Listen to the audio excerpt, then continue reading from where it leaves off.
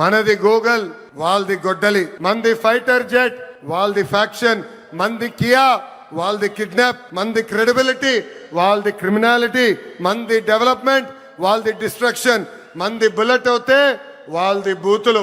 మనం మహిళలకి 33% రిజర్వేషన్ ఇస్తే ఏకంగా తల్లిని చెల్లిని మెడబట్టి బయటికి గంటేసిన చరిత్ర ఆ గొడ్డలి పార్టీది. ప్రజలందరూ ఒక్కసారి ఆలోచించాలి. జగన్ ఆయన పేరులో జీ చూసి జెన్జీ అనుకుంటున్నాడు. జగన్ పేరులో ఉన్న జీ గొడ్డలి.